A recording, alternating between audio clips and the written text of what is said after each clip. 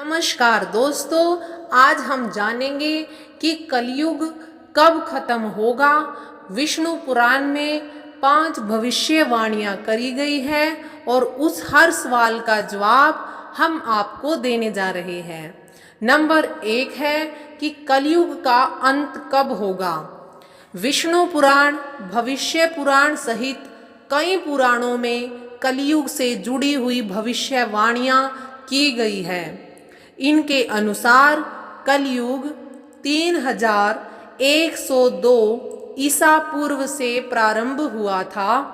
अभी कलयुग को केवल 5000 वर्ष ही हुए हैं और अभी कलयुग का अंत होने में 4,26,882 वर्ष बाकी है।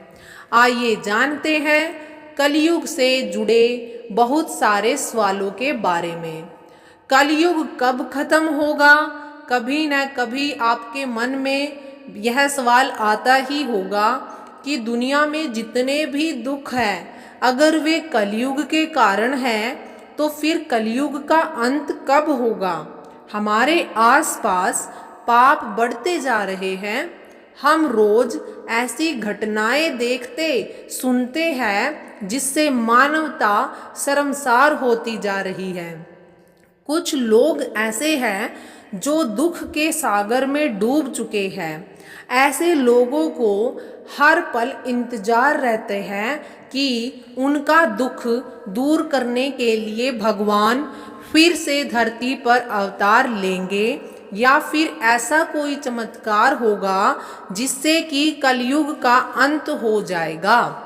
कलयुग के अंत की बात करें तो विष्णु पुराण में कलयुग की अंत से जुड़े बहुत सारे रहस्य बताए गए हैं। आइए जानते हैं कलयुग का अंत कब होगा। इससे जुड़ी विष्णु पुराण की भविष्यवाणियां। कलयुग में वास्तविक है क्या? वास्तव में कलयुग है क्या, आज इसी के बारे में बताते हैं। द्वापर युग के बाद कलयुग का आगमन हो गया था। हम आए दिन सुनते हैं कि कलयुग के आने से ही धरती पर पाप बढ़े हैं। ऐसे में जानते हैं कि कलयुग आखिर में है क्या। विष्णु पुराण, श्रीमद् भागवत पुराण, भविष्य पुराण आदि पुराणों में कलयुग की व्याख्या मिलती है। कलयुग का अर्थ समझे तो कलयुग का अर्थ होता है काला युग, यानी एक परछाई या आभासी युग। कलयुग के कालेपन में सभी रंग कहीं गुम हो जाते हैं और सच भी किसी मिथ्या यानी झूठ जैसा प्रतीत होता है।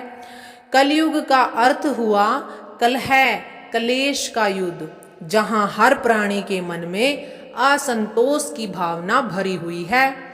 सभी लोग एक दूसरे से बिना किसी वजह के द्वेष भावना रखेंगे। कलयुग कब शुरू हुआ था, इसका भी पता लगाते हैं। महाभारत के बाद ऐसी कई अप्रिय घटनाएं हुई है जिनके बाद कलयुग आगमन की गति बढ़ती गई। जैसे श्री कृष्ण का मानव शरीर को छोड़कर वैकुंठ गमन, पांडवों का स्वर्ग जाना, यदुवंशी कुल का विनाश होना आदि ऐसी घटनाएं थी जो कलयुग आगमन का संकेत थी। कलयुग का प्रारंभ 3102 ईसा पूर्व हुआ था। श्रीमद् भागवत पुराण, विष्णु पुराण और भविष्यत पुराण में कलयुग के अंत का वर्णन मिलता है। कलयुग का अंत कब होगा, इसके बारे में जानते हैं। कलयुग पुराणों के आधार पर कलयुग की समाप्ति की बात की जाए तो कलयुग 4,32,000 साल लंबा है। अभी कलयुग का प्रथम ही चरण है। अभी बहुत सारे वर्ष बाकी है। 5,126 वर्ष कलयुग के बीत चुके हैं। इसका अर्थ यह हुआ कि अभी तो बस कलयुग के 5,000 वर्ष ही बीते हैं। अभी तो 4,26,882 वर्ष बाकी हैं। फिलहाल कलयुग के खत्म होने में कई हजार साल बचे हुए हैं, जिनमें स्वर्गलोक और भूमि लोक में समय अलग अलग गति से चलता है। पुराणों के आधार पर अगर हम देखें तो कलयुग का अंत होने में इससे ज़्यादा समय भी लग सकता है, क्योंकि भूलोक यानी धरती जहाँ मनुष्य रहते हैं और स्वर्गलोक जहाँ देवता वास करते हैं, वहाँ समय अलग अलग गति से चलता है।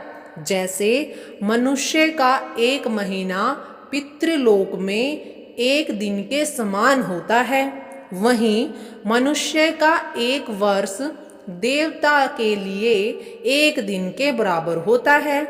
जब धरती लोक पर किसी मनुष्य के 30 वर्ष पूरे हो जाते हैं तो स्वर्गलोक में देवताओं के लिए 30 साल 1 महीने के समय के बराबर होता है। इसका मतलब यह है कि समय हर लोक में अलग तरह से चलता है। कलयुग की चरम सीमा क्या होगी? जैसा कि पहले ही बताया गया है कि अभी कलयुग को गुजरे केवल 5,000 वर्ष ही बीते हैं। यह समय कलयुग का प्रथम चरण है। विष्णु पुराण के अलावा और भी पुराणों में कलयुग की चरम सीमा का उल्लेख किया गया है। इनके अनुसार कलयुग जब अपनी चरम सीमा पर होगा तो मनुष्य की आयु घटकर केवल 20 वर्ष ही रह जाएगी। लोग उम्र से पहले ही बूढ़े होना शुरू हो जाएंगे। 5 वर्ष की स्त्रियां गर्भवती हो जाएंगी।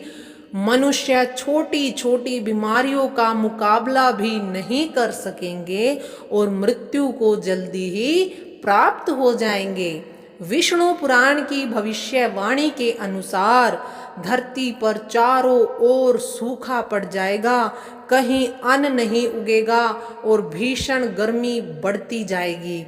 वहीं हर मौसम के प्रभाव बहुत भीषण होंगे, जैसे बहुत तेज बारिश होगी, बहुत तेज गर्मी होगी और हड्डियां गलाने वाली सर्दी भी पड़ेगी। ये सभी संकेत कलयुग की चरम सीमा के होंगे। धन्यवाद दोस्तों।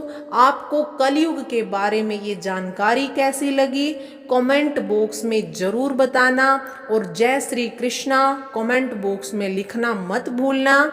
अगर चैनल पर नए हैं तो चैनल को लाइक, शेयर और सब्सक्राइब कर देना।